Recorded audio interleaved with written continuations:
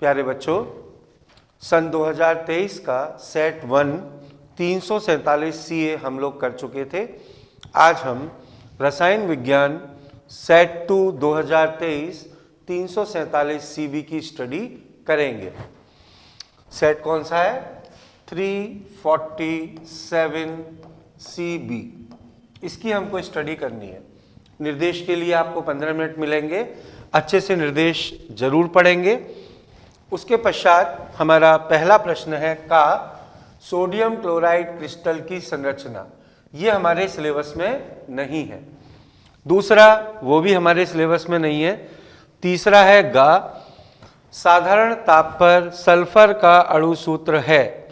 ठीक है, तो जो सल्फर है वो उसका अणु सूत्र होगा S8।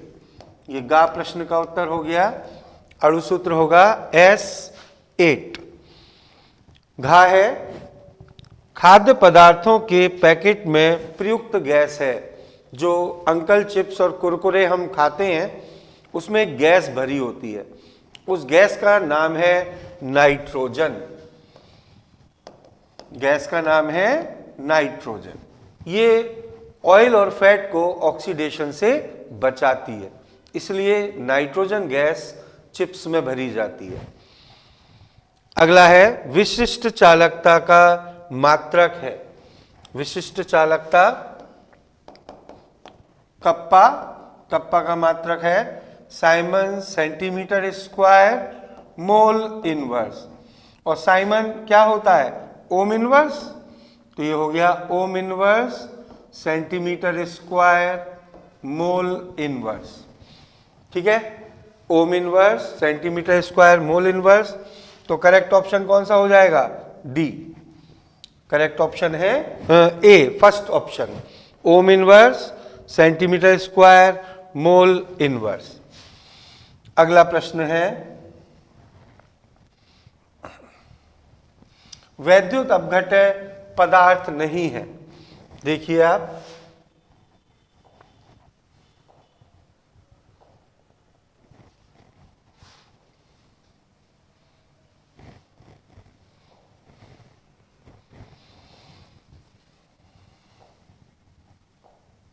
देखिए वैद्युत अपघट्य पदार्थ नहीं है। पहला इन्होंने दे रखा है NaCl। ध्यान से देखिए, Na क्या बनाएगा? Na पॉजिटिव और Cl नेगेटिव। दूसरा है यूरिया। दूसरा ऑप्शन दे रखा है यूरिया। यूरिया का फॉर्मूला है NH2CO NH2 और इसका आयनन नहीं होता, यानी ऑप्शन तो हमारा ये सही हो गया। ये वैद्युत अपघट्य नहीं है। तीसरा है अमोनियम नाइट्रेट। अमोनियम नाइट्रेट का फॉर्मूला है NH4NO3। अमोनियम नाइट्रेट है NH4NO3 और ये भी आयनित होगा और आयनन पर क्या बनाएगा? NH4 पॉजिटिव और NO3 नेगेटिव। ये भी वैद्युत अपघट्य हुआ। अंतिम है नाइट्रिक अम्ल। नाइट्रिक अम्ल प्रवर अम्ल है। इसके आयनन पर क्या बनते हैं? H पॉजिटिव और NO3 नेगेटिव। तो हमारा करेक्ट ऑप्शन कौन सा हो गया? देखिए आप, हमारा करेक्ट ऑप्शन हो गया सेकंड, यूरिया। यूरिया आयनों में विभक्त नहीं होता, इसका मतलब ये वैद्युत अनपघट्य है। आइए प्रश्न संख्या 2।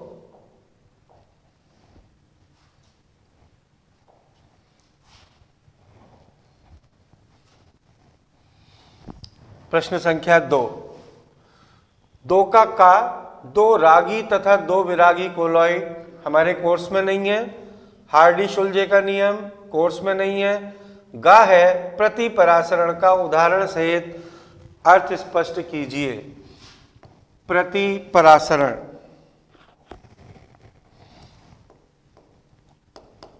प्रति परासरण अलग अलग नामों से आता है। व्युत्क्रम परासरण या आरओ।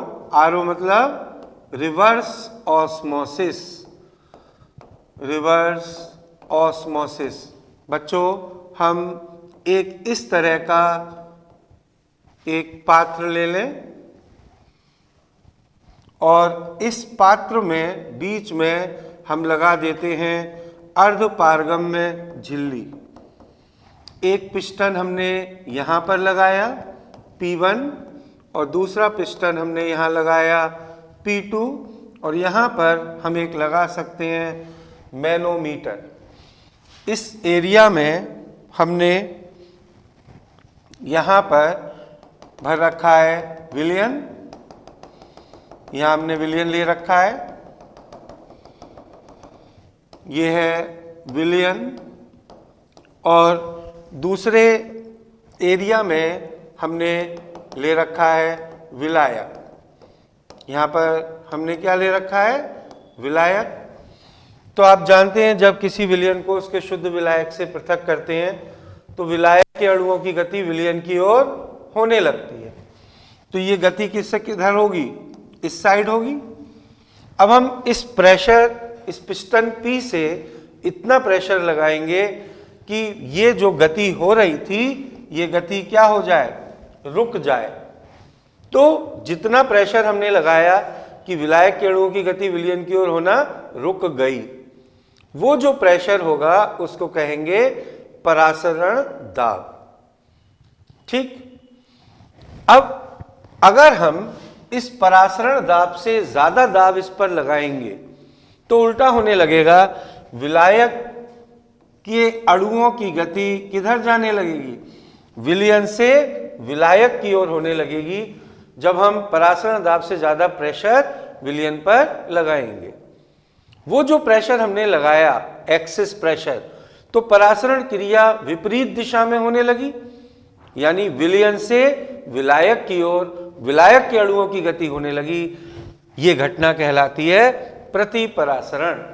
इससे हम पीने वाले जल को शुद्ध कर सकते हैं। समुद्री जल से ड्रिंकिंग वाटर हम बना सकते हैं, पीने योग्य पानी। तो ये हो गया हमारा प्रतिपरासरण। ठीक है। अब देखिए अगला प्रश्न है, बेंजल्डिहाइड के नाइट्रीकरण में प्रयुक्त इलेक्ट्रोफाइल का नाम। इलेक्ट्रोफाइल का मतलब इलेक्ट्रॉन स्नेही अभिकर्मक। बेंजीन का जो बेंजल्डिहाइड या कोई भी ले लें, मान लो ये बेंजल्डिहाइड है और इसका हमें नाइट्रेशन कराना है, तो नाइट्रेशन कराने पर क्या बनेगा? मेटा पर NO2 ग्रुप आएगा। तो यहाँ जो NO2 आता है वो नाइट्रीकारी मिश्रण यूज करते हैं। क्या यूज करते हैं बेटा? नाइट्रीकारी मिश्रण। और नाइट्रीकारी मिश्रण में क्या होता है? सांद्र HNO3 प्लस सांद्र H2SO4, दोनों की क्रिया पर क्या बनेगा? देखो HNO3 प्लस H2SO4 मिलकर क्या बनाएगा? NO2 positive plus HSO4 negative plus and so on. तो इस तरह हमारे पास क्या आया? NO2 पॉजिटिव आया। ये जो NO2 पॉजिटिव है ये इलेक्ट्रॉन स्नेही अभिकर्मक है, यानी सिंपल सा आंसर है, नाइट्रीकरण में प्रयुक्त इलेक्ट्रोफाइल का नाम है NO2 पॉजिटिव।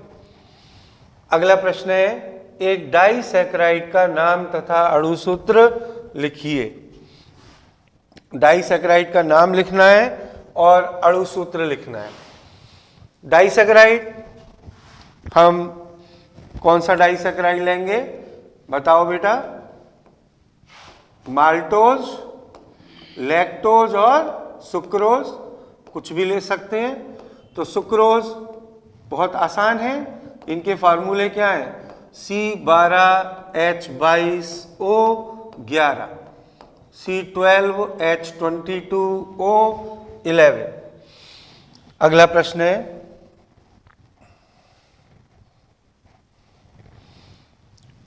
उपसय संयोजी यौगिकों तथा द्विक लवण में अंतर स्पष्ट कीजिए।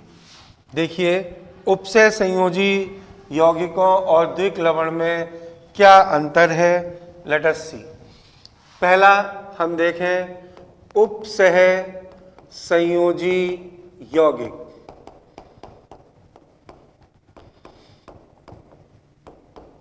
जैसे मैं एक उदाहरण लूं, CuNH3 का होल 4 SO4, इसके आयनन पर क्या बनेगा? CuNH3 का whole 4 double positive plus SO4 double negative, और द्विक्लवण फेरस अमोनियम सल्फेट में ले रहा हूं, FeSO4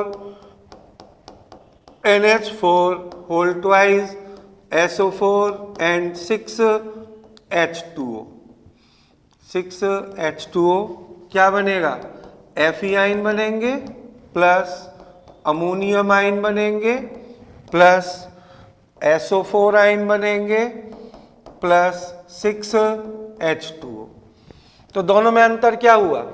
इसमें उपसे संयोजी यौगिक वो होते हैं जिनके द्वारा संकर आयन बनते हैं। संकर आयन क्या होंगे? दो आयनों या दो से ज्यादा आयनों का मिश्रण संकर आयन होंगे। CuNH3 का होल 4। अगर हम यहां कॉपर का टेस्ट करना चाहें तो कॉपर का टेस्ट नहीं आएगा, टेट्राएमाइन कॉपर का टेस्ट आएगा, अकेले कॉपर का टेस्ट नहीं आएगा। यहां पर द्विक्लवण क्या होते हैं? दो सामान्य लवणों का मिश्रण, उनका विलयन बनाएं दो सामान्य लवणों का और उसका क्रिस्टलन करें तो द्विक्लवण बनेगा। द्विक्लवण में जितने आयन हैं वो सभी अपना इंडिविजुअल टेस्ट देते हैं। तो ये दोनों में डिफरेंस है। उपसे संयोजी यौगिक संकर आयन देंगे, द्विक्लवण सभी आयनों का टेस्ट देंगे। अगला प्रश्न हमारा रहेगा NiCN होल 4 डबल नेगेटिव में Ni पर संकरण समझाइए।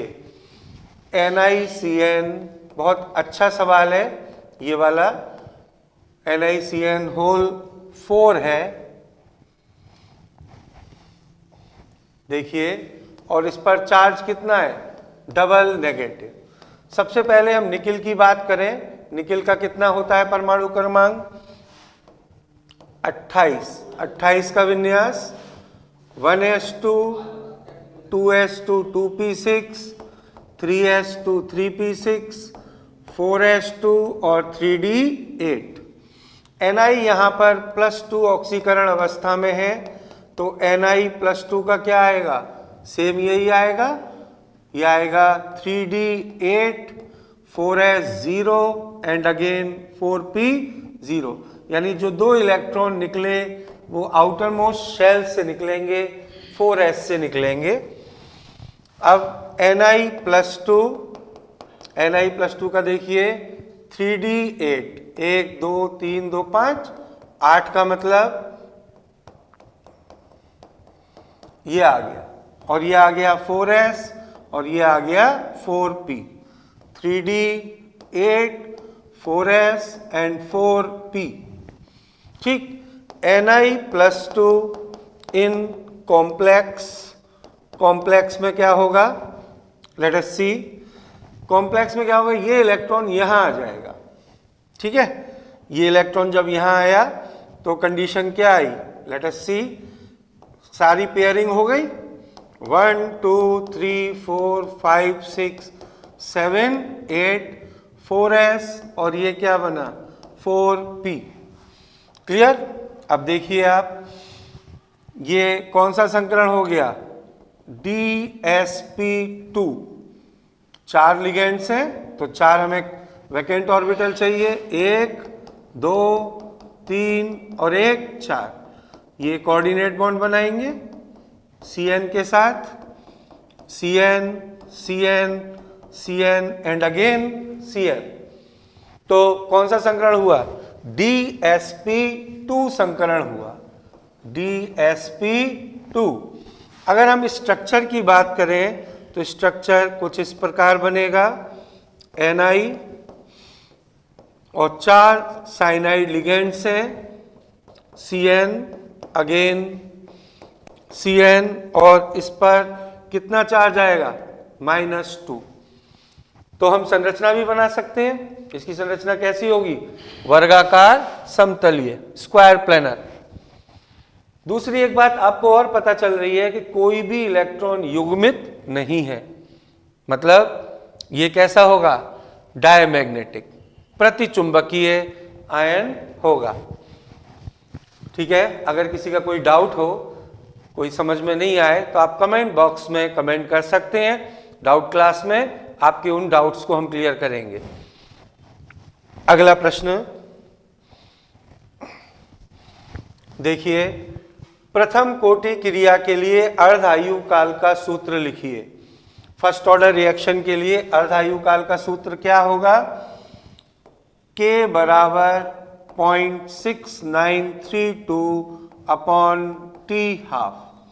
ये अर्धायु काल का सूत्र है और K का जो मात्रक होगा वो होगा समय इनवर्स।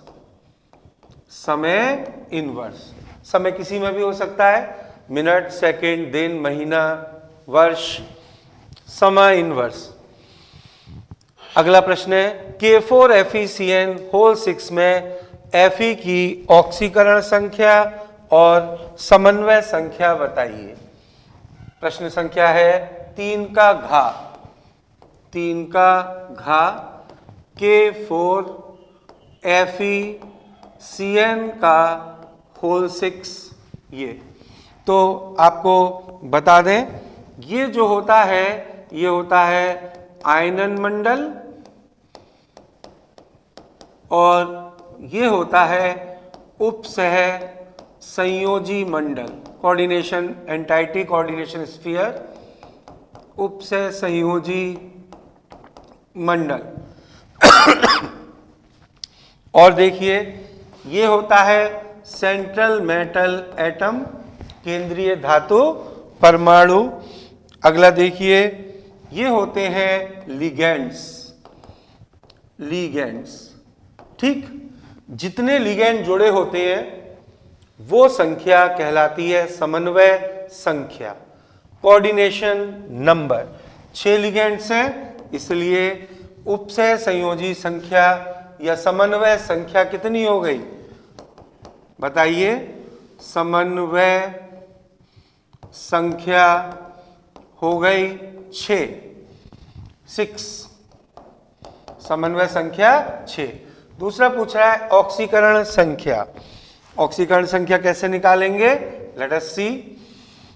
ये है K4FeCN होल 6, 4 + 1 + x 6, साइनाइड का चार्ज -1 = 0, +4 + x - 6 बराबर 0, x बराबर +2।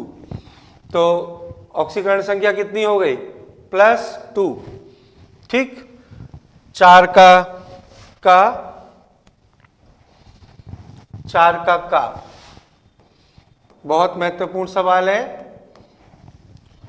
एक प्रथम कोटि क्रिया में 100 मिनट पश्चात किसी पदार्थ का सांद्रण प्रारंभिक सांद्रता का 99% विघटित हो जाता है। वेग स्थिरांक की गणना करो। मान लो एक प्रथम कोटि क्रिया में ये ले रहा हूं, ए से क्या बना रहा हूं? प्रोडक्ट। T बराबर 0 पर ये कितना मान लेते हैं? 100। ठीक, और T बराबर कितना ले लें? 100 मिनट। ये 99% विघटित हो गया। 99% विघटित हो गया, बचा कितना? 1। परसेंटेज में हम स्टार्टिंग में 100 ले लेते हैं तो हमारा काम थोड़ा आसान हो जाता है। तो ये हम ले लेते हैं R0 और ये हम ले लेते हैं R। चूंकि क्रिया प्रथम कोटि की है तो K बराबर 2.303/T log base 10 R0/R। ठीक है, ये हमारा फॉर्मूला है। सारे बच्चे स्टेप मार्किंग पर ध्यान देंगे, फॉर्मूला अवश्य लिखें, डायरेक्ट मान पुटअप ना करें, क्योंकि अगर कैलकुलेशन मिस्टेक हो जाती है तो फॉर्मूला पे तो नंबर मिलेगा क्योंकि हमारे बोर्ड्स में स्टेप मार्किंग होती है। देखिए k बराबर 2.303 अपॉन टी, टी कितना है 100, लॉग बेस 10, R0 गिवन है 100 और R कितना है 1, लॉग 100 हो गया, लॉग 100 की वैल्यू कितनी आएगी 2, तो 2.303 इंटू 2 अपॉन 100, तो आएगा 2 3 जा 6, 2 3 जा 6, 2 2 जा 4 upon 100, 4.6 into 10 to the power minus 2 minute inverse इसका आंसर आ जाएगा। ठीक है, तो ये हो गया 4 का 4 का घा। देखिए खा चालकत्व और सेल नियतांक, ये तो सिंपल सा है, चालकत्व और सेल नियतांक तो आप कर ही लेंगे, सिंपल सी डेफिनेशन है, इसमें समझाने का कुछ भी नहीं है। G star equals to R kappa, ठीक है, और चालकत्व भी हो जाएगा। 4 का गा हमारे सिलेबस में नहीं है, 4 का घा आइए, 4 का घा सवाल देखिए, 27 डिग्री सी ताप पर T गिवन है आपके लिए 27 प्लस 273 कितना हो जाएगा 300 केल्विन। यूरिया, यूरिया का सूत्र भी आपको बताया था NH2CO NH2, अणुभार इसका कितना दे रखा है 60, ठीक है। 5% W/V, 5% W/V, इसका तात्पर्य क्या है, तो भार कितना हो गया, इसका भार हो गया 5 ग्राम और आयतन हो गया 100 मिलीलीटर। मिलीलीटर को 1000 से भाग कर दें तो यह आ जाएगा 0.1 लीटर। ठीक, जलीय विलयन का परासरण दाब ज्ञात कीजिए। पाई की वैल्यू वो पूछ रहा है और आर की वैल्यू गिवन है 0.0821 लीटर वायुमंडल प्रति केल्विन प्रति मोल, राइट। अब देखिए हमारे पास फॉर्मूला क्या है, pi V equals to W upon M RT। Pi हमको कैलकुलेट करना है, V हमारे पास 0.1 लीटर है, W 5 है, M 60 है, R का मान है 0.0821 और T गिवन है 300 केल्विन। ठीक, इस पॉइंट से हम यहाँ 0 बढ़ा सकते हैं, 0 से 0 गया और 6 5 जा 30, तो ये हमारे पास पाई आ जाएगा, कैलकुलेशन आप कर लीजिएगा 20.52 वायुमंडल विल बी द आंसर। ये बहुत इंपॉर्टेंट सवाल है, ये सब लगभग हर साल इस टाइप का ये सवाल पूछा जाता है।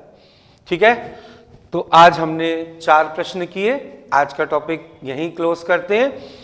5वें प्रश्न से हम अगले लेक्चर में प्रश्नों का उत्तर बताएंगे। Thank you.